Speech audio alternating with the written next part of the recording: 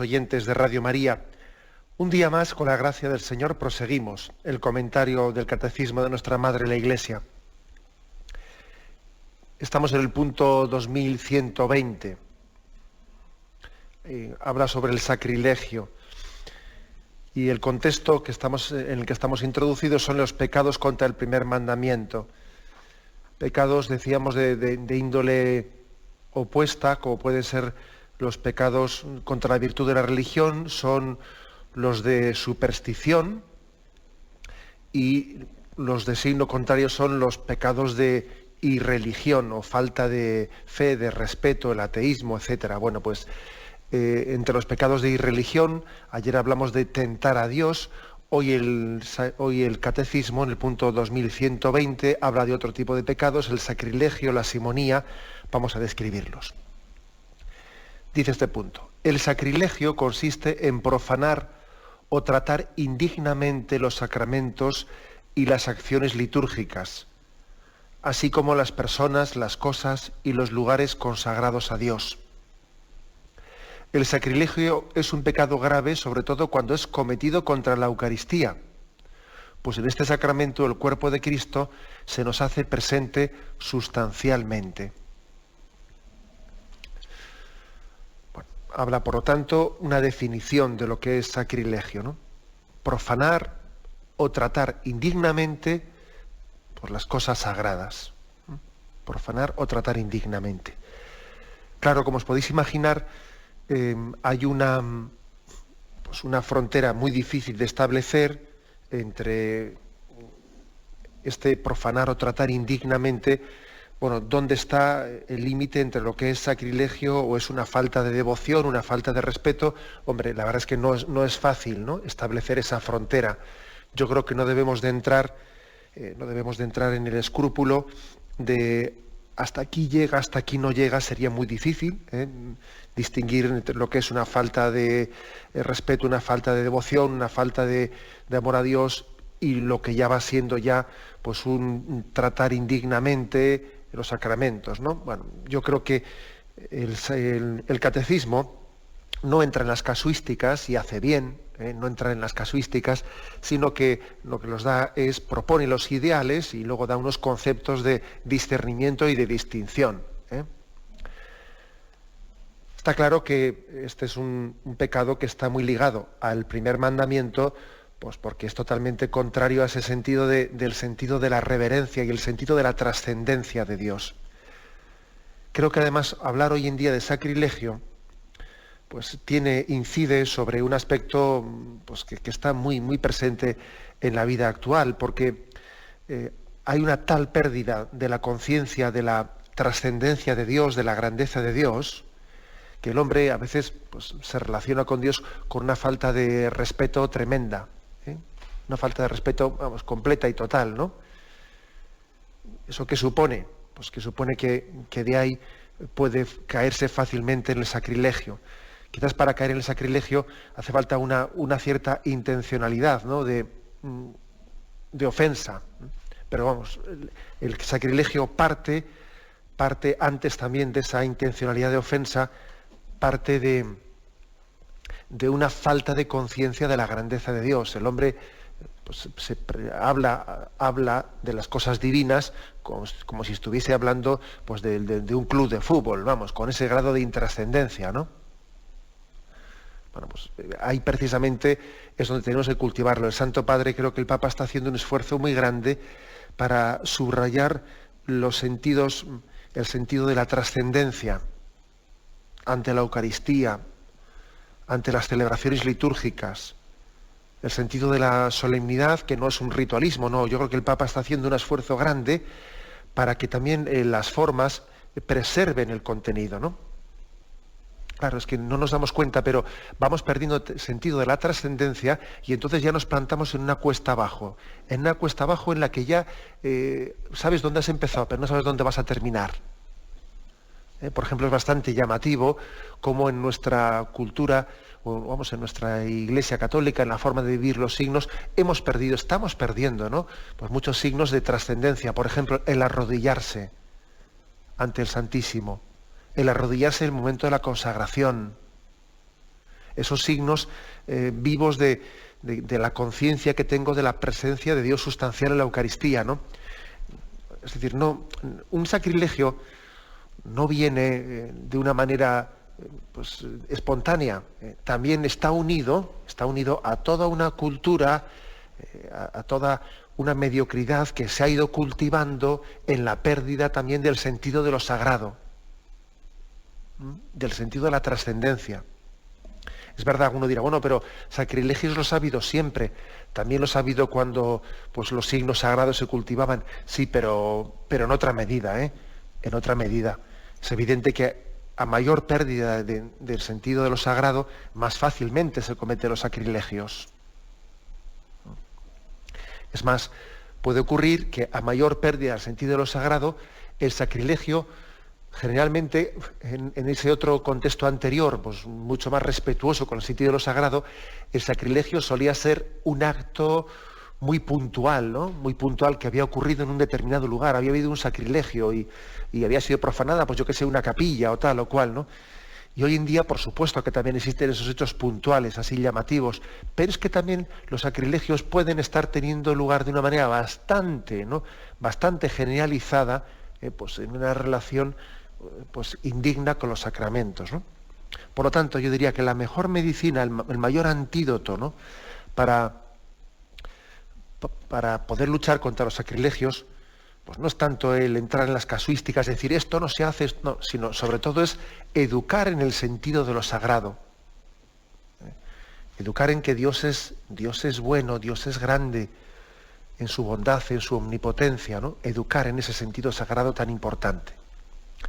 Creo que hemos un flaco favor, ¿no? Un flaco favor que hemos hecho también a veces ha sido un poco de avergonzarnos de predicar el santo temor de Dios. Pues un flaco favor, ¿no? A veces pues con el deseo de acercar la imagen de Dios, con el deseo de que Dios sea para nosotros íntimo y que el hombre tenga confianza e intimidad con Dios, pues hemos dejado de predicar el santo temor de Dios y nos hemos equivocado. Porque una cosa no excluye la otra. El hecho de que el hombre esté llamado a ser amigo de Dios, hijo de Dios, y tener esa intimidad, ¿no? Y esa relación en la libertad de los hijos de Dios, el hecho de que no tengamos que tener pues esa relación, digamos, llena de miedos y con esa falta de libertad y de confianza con Dios, eso no conlleva que el hombre tenga que ser educado en un santo respeto, en el santo temor de Dios. Son dos cosas que no son opuestas, todo lo contrario. Es más, si es tan impresionante y es tan admirable, ¿no? Si es tan admirable que Dios sea tan cercano a nosotros, que sea el Emmanuel, el Dios con nosotros, ¿no? El que toma carne de nuestra carne, sangre de nuestra sangre, si es tan admirable, pues es porque precisamente el que lo hace es el Dios de Dios, el luz de luz, Dios verdadero de Dios verdadero, engendrado, no creado, es decir, porque es alguien tan grande, el que es infinito, el que se hace tan cercano. De lo contrario no tendría ninguna gracia. De lo contrario, si este Dios tan cercano pues fuese un colegui, con perdón de la palabra, ¿no? Si fuese un colegui, que en el fondo es un igual que yo, pues entonces no tendría ninguna gracia.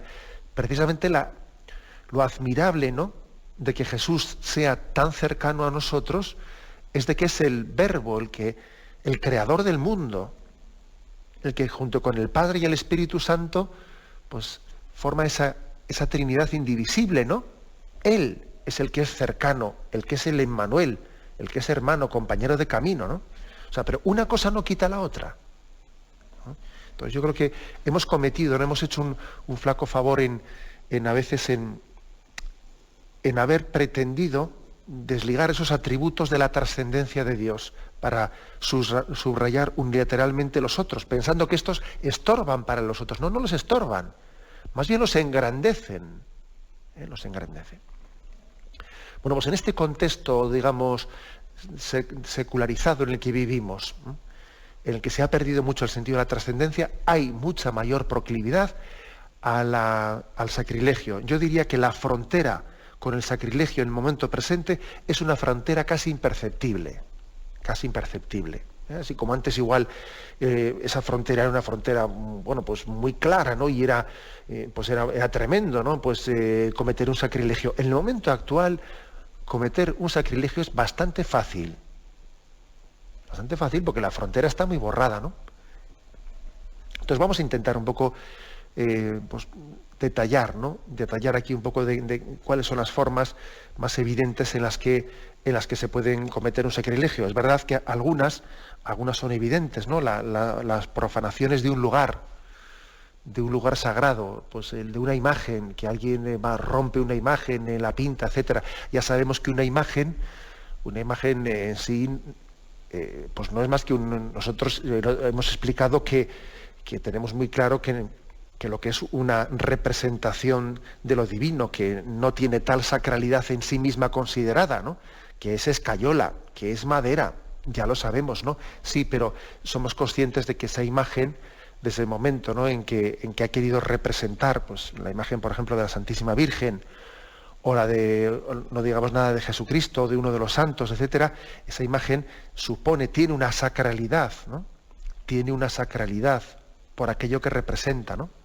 Y por lo tanto, profanarla supone un sacrilegio. No cabe escudarse diciendo, bueno, si total es como es una materia humana, es un cacho de escayola, no cabe escudarse en tal cosa, porque verdaderamente existe pues una representatividad de esa imagen, y el pecado del sacrilegio consiste no en haber roto la escayola, sino evidentemente el pecado del sacrilegio consiste en haber hecho un acto de agresión a ese signo vivo, ¿no?, de Jesucristo o de la Virgen María o de los santos, ¿no? Lo mismo en lo que se refiere a los lugares sagrados o a los objetos sagrados, como puede ser un cáliz, etcétera. Y evidentemente, pues la profanación, el sacrilegio más craso, el que es más evidente, pues es el que se comete contra el Santísimo Sacramento, porque en él está sustancialmente presente, ¿no?, Jesucristo. Aquí se citan dos cánones del Código de Derecho Canónico. Uno es el 1367, dice: quien arroja por tierra las especies consagradas, o las lleva o retiene con una finalidad sacrílega, incurre en comunión late sentencia, reservada a la sede apostólica. El clérigo puede ser castigado además con otra pena, sin excluir la expulsión del estado clerical. O sea que el Código de Derecho Canónico actual reserva una pena de excomunión. Late sentencia quiere decir que es automática, que no hace falta que haya un decreto en el que se diga tal persona está excomulgada, no, sino que automáticamente quien haya cometido un sacrilegio, haya tirado o haya robado la Eucaristía, es automáticamente castigado con una pena de excomunión reservada a la sede apostólica, es decir, que es el Papa el que tiene que levantar o el que puede perdonar esa excomunión. Como veis, pues es un tipo de pena canónica el que establece la Iglesia, pues de máximo rigor. De máximo rigor. ¿Por qué? Pues porque es bastante evidente que es lo más santo que tenemos, ¿no?, la Eucaristía. La Eucaristía es lo más santo que tenemos, y por lo tanto es lógico que la Iglesia preserve también el respeto a la Eucaristía con un tipo de norma tan exigente como esta, ¿no? Pues penando con la pena de excomunión a aquellos que la profanen, una excomunión reservada a la sede apostólica para poder ser levantada. Bien, este tipo de sacrilegios son los más evidentes, ¿no?, los cometidos contra la Eucaristía, contra las imágenes sagradas, contra los objetos sagrados, contra las personas consagradas, es decir, el hecho de que alguien pues agreda a una persona consagrada, a un sacerdote, una religiosa, o que también esté pues acosándola de una manera indigna, o acosando incluso su propia castidad, puede estar, ¿no?, está cometiendo, ¿no?, un pecado de sacrilegio, porque añade a lo que sería el pecado contra el quinto mandamiento, por haberle agredido, o el pecado, o añade también al pecado contra la castidad, por estar tentando contra la pureza a esa persona, añade un aspecto que es que esa persona es consagrada y por lo tanto se está cometiendo también un pecado de sacrilegio. Importante esto, ¿eh? Además, hoy en día reseñar esto tiene su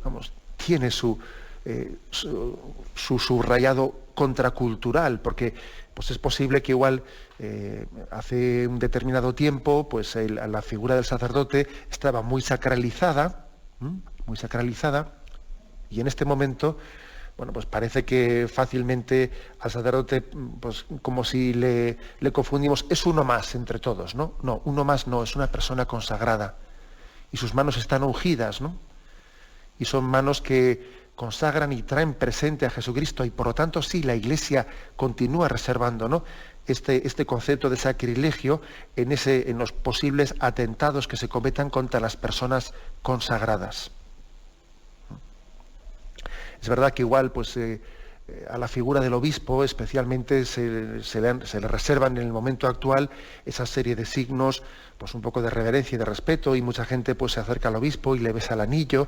Bien, está bien, por supuesto, ¿no? Pero no olvidemos que las personas consagradas no son exclusivamente el obispo, que lo son los sacerdotes, lo son los diáconos, lo son las religiosas, ¿no?, o otras formas especiales de consagración.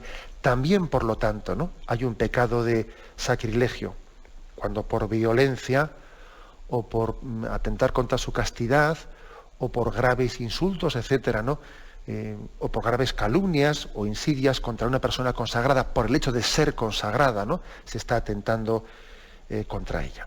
Estas son quizás las formas más crasas, digo yo, más crasas, más así materialmente constatables, ¿no?, de pecar de sacrilegio, pero también hay otras, ¿no?, otras que son, digamos, más de nuestra vida diaria, unas formas que, en el fondo, se está jugando el día a día, de las que vamos a hablar después de un momento de descanso. Continuamos hablando en este programa del Catecismo, estamos en el punto 2120, sobre el pecado de sacrilegio. Impresiona que Dios se haya quedado entre nosotros a nuestro alcance, asumiendo el riesgo de ser maltratado. Eso impresiona. Impresiona que Dios haya asumido los riesgos de la cercanía. Tiene muchos riesgos la cercanía. Cuando Jesús dijo: tomad y comed, esto es mi cuerpo que se entrega por vosotros, yo estaré con vosotros todos los días hasta el fin del mundo. Cuando el Señor se ligó tanto, ¿no?, a nosotros y en signos visibles, y Él estaba asumiendo un riesgo muy grande, que es el riesgo de ser maltratado, el riesgo de ser profanado, sacrílegamente profanado, ¿no? Y el Señor sabía que así lo iba a ser muchas veces, ¿no? Y lo asumió. Y lo asumió.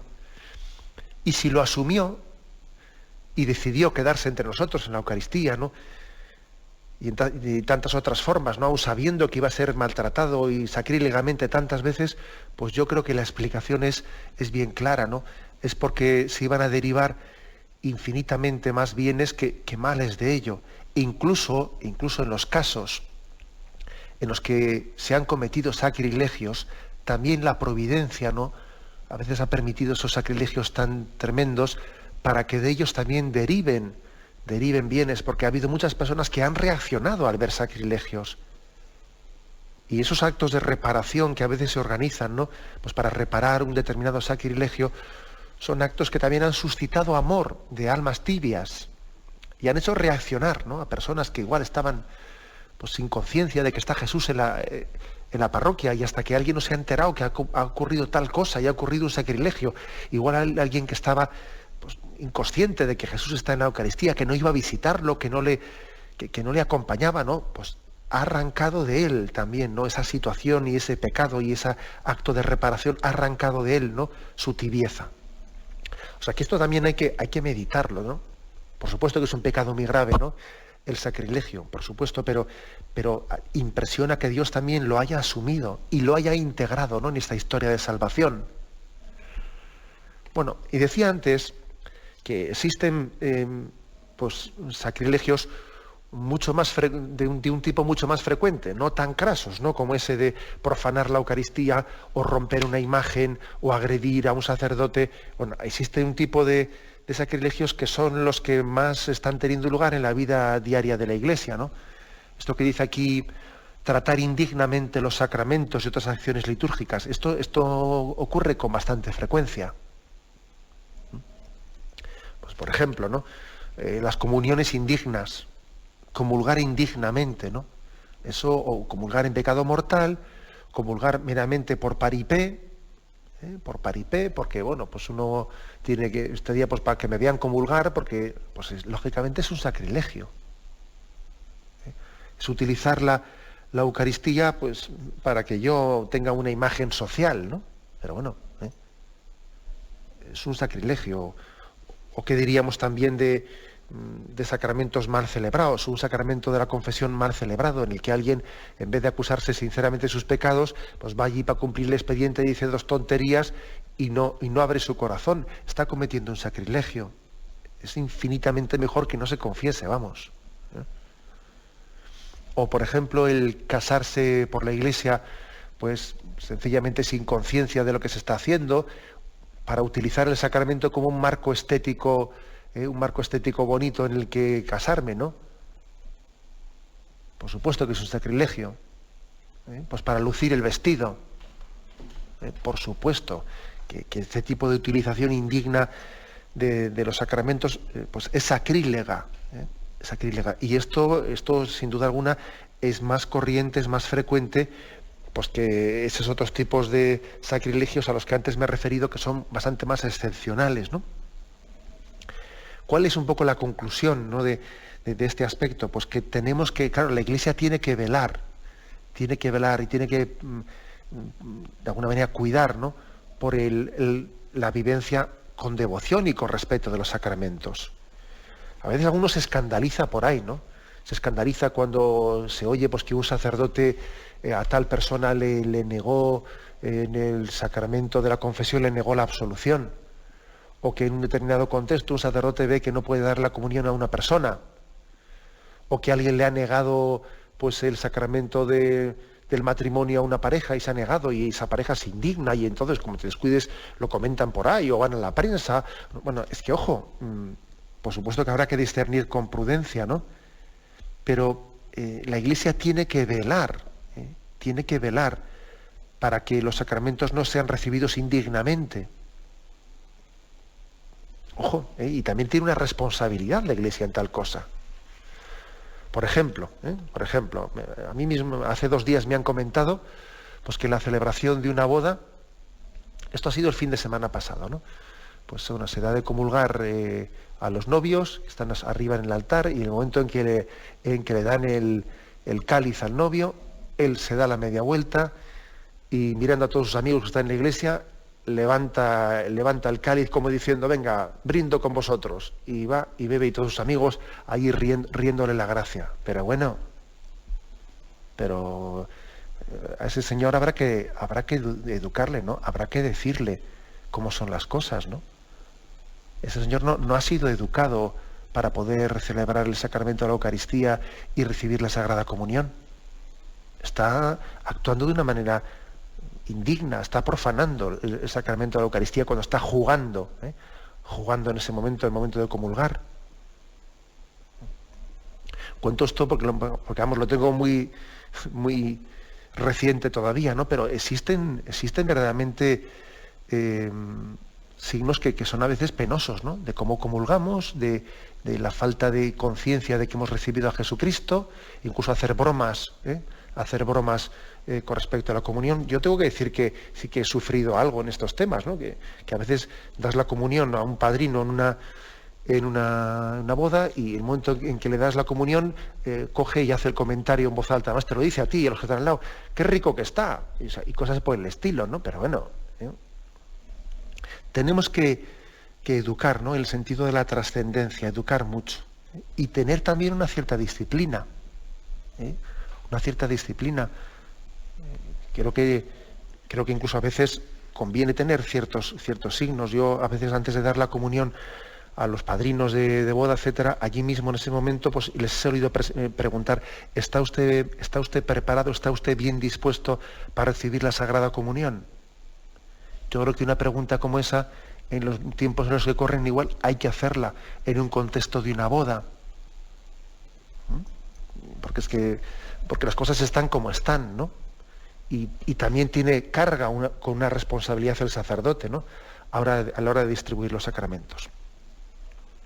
El comulgar bien, también me refiero exteriormente hablando, preserva de muchos riesgos de profanaciones. El hecho de que si se comulga en la mano, se consuma delante del sacerdote la sagrada forma, no llevándosela y consumiéndola pues por el camino o en el banco, o vaya usted a saber si esa forma dónde va, si no se consume delante del sacerdote. La sagrada hostia debe de ser consumida delante del sacerdote. Es decir, es que el sacerdote tiene también que preservar por eso, y quizás llamarle la atención a alguien si no lo hace bien, con cariño y con respeto, pero entendamos esto, porque puede ser un tanto antipática o antipopular, pues esa imagen de un sacerdote que llama la atención o corrige a alguien por una recepción pues no correcta de un sacramento, pero es que debe de hacerlo. Debe de hacerlo.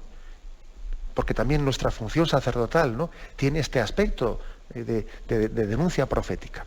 El sacrilegio, en el punto anterior, nos habla de la simonía. La simonía es una palabra que viene de la palabra de un nombre propio, de Simón el mago. Es un episodio que está en Hechos de los Apóstoles, capítulo 8, versículos del 9 al 24. Cuenta este episodio de la primera iglesia.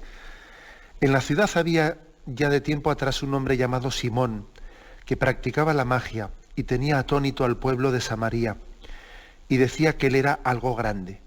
Y todos, desde el menor hasta el mayor, le prestaban atención y decían: esta es la potencia de Dios, llamada la grande. Le prestaban atención porque les había tenido atónitos por mucho tiempo con sus artes mágicas. Pero cuando creyeron a Felipe, que anunciaba la buena nueva del reino de Dios y el nombre de Jesucristo, empezaron a bautizarse hombres y mujeres. Hasta el mismo Simón creyó, y una vez bautizado, no se apartaba de Felipe, y estaba atónito al ver las señales y grandes milagros que se realizaban. Al enterarse los apóstoles que estaban en Jerusalén de que Samaria había aceptado la palabra de Dios, les enviaron a Pedro y a Juan. Estos bajaron y oraron por ellos para que recibieran el Espíritu Santo, pues todavía no había descendido sobre ninguno de ellos. Únicamente habían sido bautizados en el nombre del Señor Jesús. Entonces les imponían las manos y recibían el Espíritu Santo. Al ver este Simón, el que había sido el mago, ¿no? Al ver Simón, que mediante la imposición de las manos de los apóstoles se daba el Espíritu Santo, les ofreció dinero diciendo: dadme a mí también este poder para que reciba el Espíritu Santo aquel a quien yo le imponga las manos. Pedro le contestó: vaya tu dinero a la perdición y tú con él, pues has pensado que el don de Dios se compra con dinero. De aquí viene la palabra el pecado de simonía, porque este Simón, el mago, intentó comprar con dinero ese poder de comunicar el Espíritu Santo, ¿no? Bien, pues el catecismo dice en este punto: la simonía se define como la compra o venta de cosas espirituales.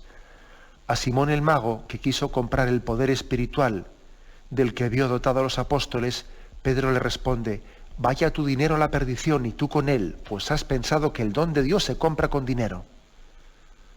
Así se ajustaba a la palabra de Jesús: gratis lo recibisteis, dadlo gratis. Es imposible apropiarse de los bienes espirituales y de comportarse respecto a ellos como un poseedor o un dueño, pues tienen su fuente en Dios. Solo es posible recibirlos gratuitamente de Él. Bueno, esta es la afirmación básica, ¿no? El pecado de simonía es ese pecado que intenta comprar las cosas divinas, pensando que el dinero lo puede todo, ¿no? Y como si el perdón de Dios pudiese ser comprado con dinero. O, por ejemplo, un sacramento como el sacerdocio, ¿no? El que alguien diga: bueno, pues yo puedo comprar con dinero el que a mí me hagan sacerdote. Sería un gravísimo pecado, claro. Es todo intento de pensar que las cosas de Dios puedan ser adquiridas, ¿no?, con el vil metal. Además hay una cosa, ¿no?, y es que los dones de Dios, que han costado un precio tan caro como la sangre de Jesucristo, luego se nos dan gratuitamente. Si precisamente uno de los problemas que tenemos en nuestra cultura es que a veces lo que es gratuito nos parece que vale poco, ¿no? O sea, lo que es gratuito nos parece, bueno, si es gratuito no valdrá gran cosa, ¿no? Nos parece que lo que es caro es muy valioso. Lo que es caro tiene que tener mucha calidad, ¿no? Y lo que es gratuito, bueno, pues debe tener muy poca. Y claro, estamos muy equivocados. Los dones de Dios son gratuitos, ¿no? Y al mismo tiempo no hay dinero en la tierra para comprarlos. Así de claro, ¿eh? Uno de los problemas que tenemos es que, claro, muchas personas tienden a pensar, bueno, uno va a la iglesia, mira, allí como no se paga entrada y además te ofrecen gratuitamente aquello, va, lo que es para todos y lo que es tan público y lo que está al alcance de la mano, eso no puede tener gran valor en la vida, si es gratuito. Claro, ¿no? Nos parece que algo tiene que cobrarse, ¿no?, para que valga, para que tenga consistencia. Tenemos esa mentalidad de la cual hay que desprenderse. Los dones de Dios, no hay dinero en este mundo, ¿no?, para comprarlos, y al mismo tiempo nos son ofrecidos gratuitamente. Y como dice el refrán, eso de que se piensa el ladrón, que todos son de su condición, pues esa persona que no termina de creer en la gratuidad de los dones de Dios, que Dios nos ama gratuitamente, Dios no nos ama a cambio de nada, que Dios nos ama por ser Padre, al que le cuesta creer eso, como se piensa el ladrón, que todos son de su condición, tiene el riesgo de caer en el pecado de simonía, que es a ver si pagando esto consigo lo otro, ¿no?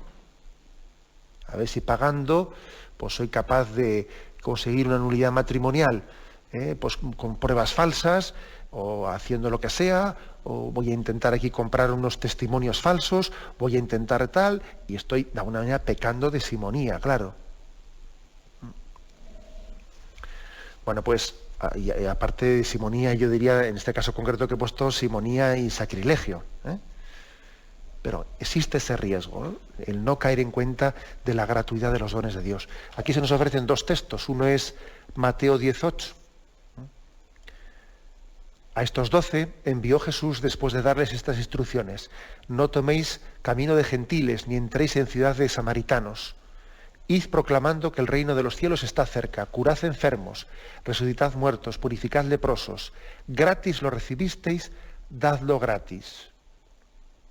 No os procuréis oro, ni plata, ni calderilla en vuestras alforjas. Es decir, que el pecado de simonía puede ser cometido por ambas partes, por el que quiere comprar de la Iglesia los dones divinos, o también el pecado de simonía puede ser cometido por los ministros de la Iglesia, que pueden estar como vendiendo los dones de Dios. Por los dos lados se puede cometer el pecado de simonía, pretendiendo comprar o pretendiendo vender. Bueno, pues esta es lo que subraya aquí el catecismo, la gratuidad. Como inevitablemente, pues muchos al escuchar esto dirán, bueno, ¿y cómo distinguimos lo que es pecado de simonía pues con lo que también es la forma de la Iglesia de sustentarse y sostenerse, pues los estipendios de la Santa Misa, etcétera? ¿Cómo distinguimos ambas cosas? Bueno, pues el mismo catecismo, que es muy pedagógico, aquí mismo habla de ello en el siguiente punto, en el 2122. Y dice: fuera de las ofrendas determinadas por la autoridad competente, el ministro no debe permitir nada por la administración de los sacramentos no debe pedir nada por la administración de los sacramentos, y ha de procurar siempre que los necesitados no queden privados de la ayuda de los sacramentos por razón de su pobreza. La autoridad competente puede fijar esas ofrendas atendiendo al principio de que el pueblo cristiano debe contribuir al sostenimiento de los ministros de la Iglesia, el obrero merece su sustento. Y aquí también hace referencia a este aspecto. Bueno, entonces, un tema delicado, ¿no? Un tema delicado. En la Sagrada Escritura dice: lo que gratis habéis recibido, dadlo gratis. Y al mismo tiempo dice: el obrero merece su sustento. Y bueno, y hay muchas referencias, aquí están en Mateo 10:10, Lucas 10:7, 1 Corintios 9:5-18, de cómo, o 1 Timoteo 5:17-18, de cómo también en la primera iglesia se contribuía al sostenimiento de los apóstoles o de los sacerdotes, para que ellos pudiesen mantenerse. Entonces vamos a ver cómo tenemos el equilibrio entre lo que gratis habéis recibido, darlo gratis, y al mismo tiempo lo de que el obrero merece su sustento y el ministro de Dios también tiene que ser sustentado por el pueblo de Dios. ¿Cómo hacemos ese equilibrio? Bueno, pues ese equilibrio, aquí el Código de Derecho Canónico, que es lo que aquí está recogido en este punto del Catecismo, lo que viene a decir es que sea la propia autoridad competente, que sea el obispo o el Código de Derecho Canónico el que regule ese tipo de ofrendas que se realizan, que se pueden realizar al sacerdote, por ejemplo, en el estipendio de la misa, para contribuir a su sustento. Que no lo haga el sacerdote por su cuenta, porque si el sacerdote es él el que sin la autoridad de la Iglesia, el que va a poner precios a las cosas, pues tiene mucho riesgo de caer en esa especie de filosofía de la compraventa. Que sea la autoridad de la Iglesia la que regule o que estipule unas ofrendas concretas para el sostenimiento del sacerdote, que el obrero merece su sustento, como dice el Evangelio, y teniendo en cuenta también, como dice aquí, que no por ello, no por el hecho de que se haya estipulado, por ejemplo, un estipendio de la misa, etcétera, no por ello los pobres o las personas que carezcan de medios deben de quedar no deben de tener dificultad de acceder a esos sacramentos, por ejemplo, el sacramento de la Santa Misa, aunque no pueda pagar un estipendio. O sea, un estipendio, aunque esté estipulado, nunca puede, digamos, exigirse como si de un precio se tratase. De alguna manera está estipulado que también parte del sostenimiento del sacerdote sea realizado a través de ese estipendio, pero una persona necesitada, una persona pobre, que tiene pleno derecho, ¿no?, a recibir todos los sacramentos y a pedir también o a encargar una Santa Misa a la Iglesia, por supuesto que por el hecho de que sea pobre no debe de tener dificultad alguna en poder también, como los demás que han ofrecido ese estipendio para el sostenimiento del sacerdote, el poder recibirlo. Como veis, eso está recogido expresamente, ¿no?, en el derecho canónico, en el canon 848, que aquí el Catecismo recoge. Bien, es por lo tanto mantener dos principios que pueden parecer opuestos, pero yo creo que no lo son, además es que hay que integrarlos. Los dones de Dios son gratuitos. Los dones de Dios no tienen precio. Pero claro, es evidente que su predicación tiene unos costes y hay que sostenerlos. Y todos los católicos tenemos que arrimar el hombro. Tenemos que ver las formas más adecuadas de qué manera hacerlo, ¿no? Y también es cierto que en unos lugares pues hay unos sistemas que son mucho más pedagógicos y más limpios y que dan menos que hablar. En otros lugares hay que intentar purificarlos. Esto es verdad. Esto es cierto también, que hay que intentar buscar las formas de sostenimiento pues que intenten desligar más de esa imagen de compraventa de las cosas sagradas. Ahora bien, hay que decir, pero no es ilícito que la autoridad de la Iglesia, ella, pues fije unas determinadas ofrendas, pues por ejemplo en la recepción o en lo que se llama el estipendio de la Santa Misa, o en alguna otra cosa que pudiese hacerse. Pero no es correcto que lo haga el sacerdote por su cuenta, al margen de la autoridad de la Iglesia, precisamente para no caer en ese peligro de simonía aquí se hace referencia. Bueno, pues como veis, el Catecismo también desciende a cosas muy concretas de nuestra vida diaria en la Iglesia y las fundamenta bíblicamente. Fundamenta bíblicamente en los distintos pasajes, ¿no? En estos concretos son las citas de San Pablo, en las que se ve cómo en la primitiva comunidad cristiana existían pues determinadas formas de ofrecer un sustento a los apóstoles en su predicación apostólica. Está también aquí recogido en estos textos de Corintios y de Timoteo. Pero bien, lo dejamos aquí. Ahora vamos a dar paso a la intervención de los oyentes, que no queremos quitar tiempo también a vuestra participación.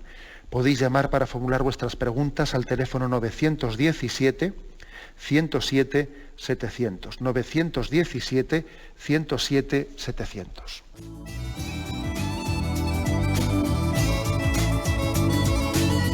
¿Le gustaría tener sus programas favoritos de Radio María en CD o DVD? Ahora es posible.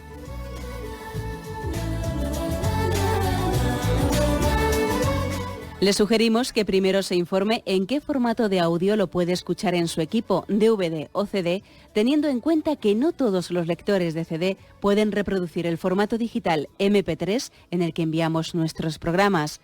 Y luego, si quiere en su casa esos programas que tanto le gustan, solo tiene que escribir una carta a Radio María, Paseo Lanceros 2, primera planta, 28024, Madrid, indicando si lo quiere en CD o DVD y cuántos programas. También le rogamos que escriba su nombre, dirección y no se olvide de facilitarnos un teléfono de contacto para cualquier duda que nos surja.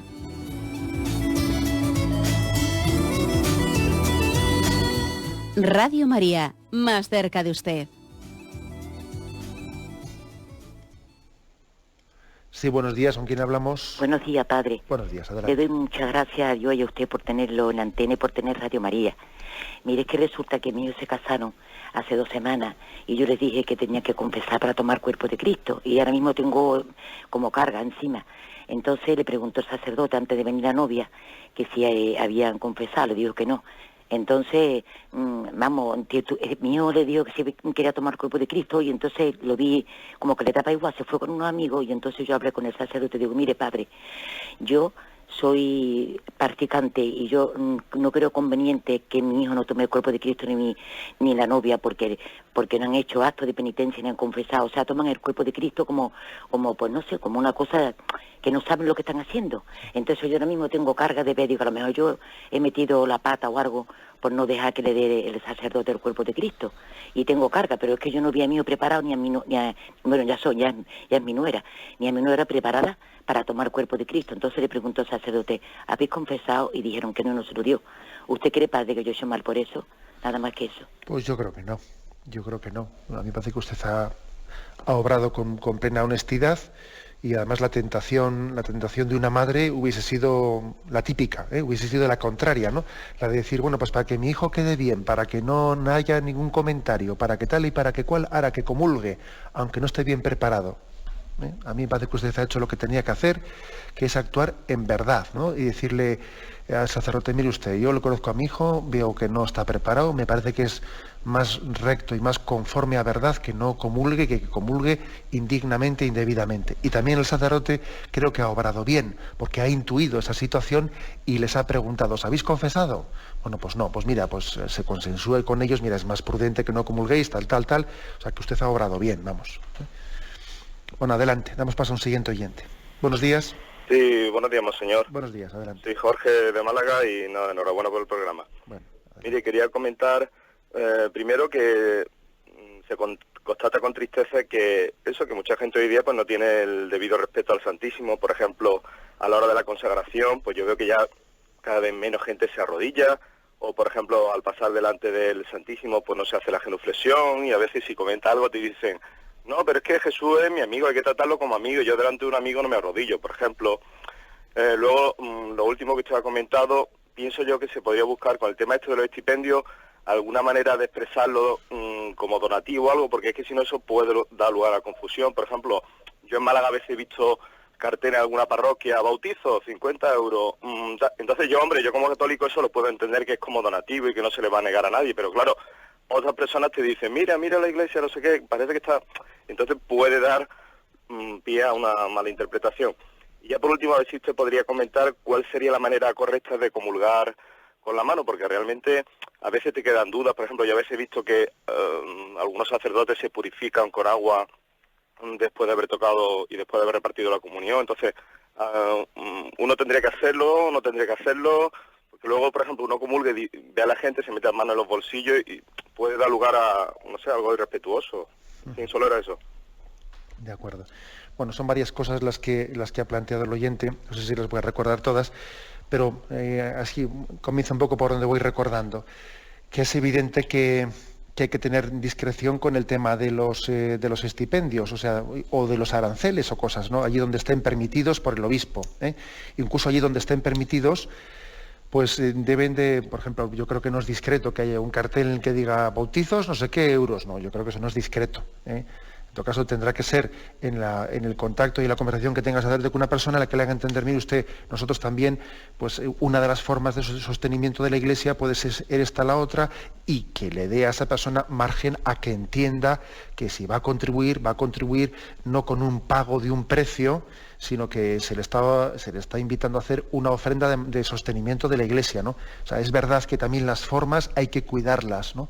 Para no dar a entender lo contrario de lo que estamos afirmando, que los dones de Dios no están en venta, no están en venta. Eso es importante. Me parece muy, vamos, yo ya lo he subrayado en la exposición, ¿no? Muy cierto lo que dice el oyente, de que esta especie de crisis generalizada de no ponerse de rodillas ante el Santísimo, yo creo que esta especie de, aquí crisis artrítica que entra, ¿no? Y perdóname la broma, yo creo que tiene unas raíces de un problema de fe grande.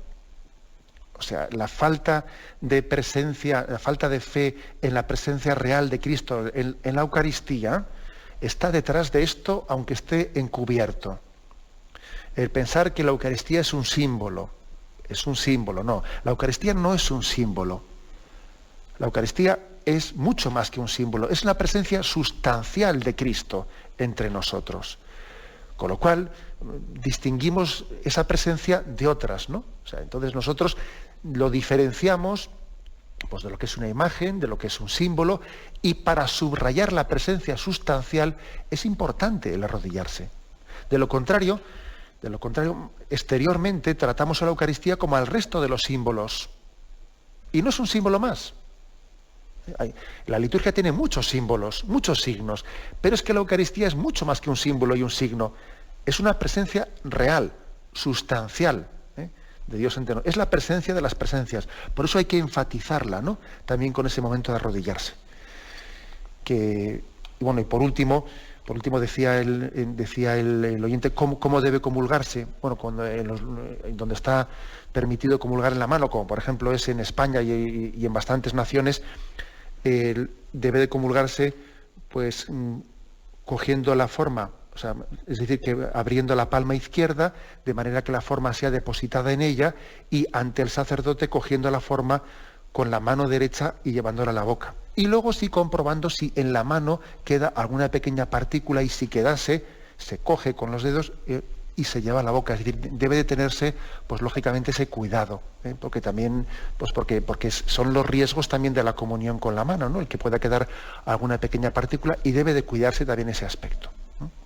Yo suelo decir que, bueno seríamos nosotros si fuésemos a un restaurante y allí nos ponen un plato en el que no se ha limpiado pues los restos de la comida anterior. Le diríamos al camarero, ¿pero esto qué es esto, no? Bueno, pues es que a veces igual tratamos con menos dignidad en la purificación del cáliz o la patena que en un restaurante se purifica o se limpian en la cubertería, ¿no?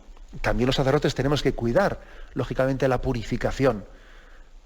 Digo yo que con más esmero que en un restaurante se cuida la limpieza de todos los objetos, ¿no?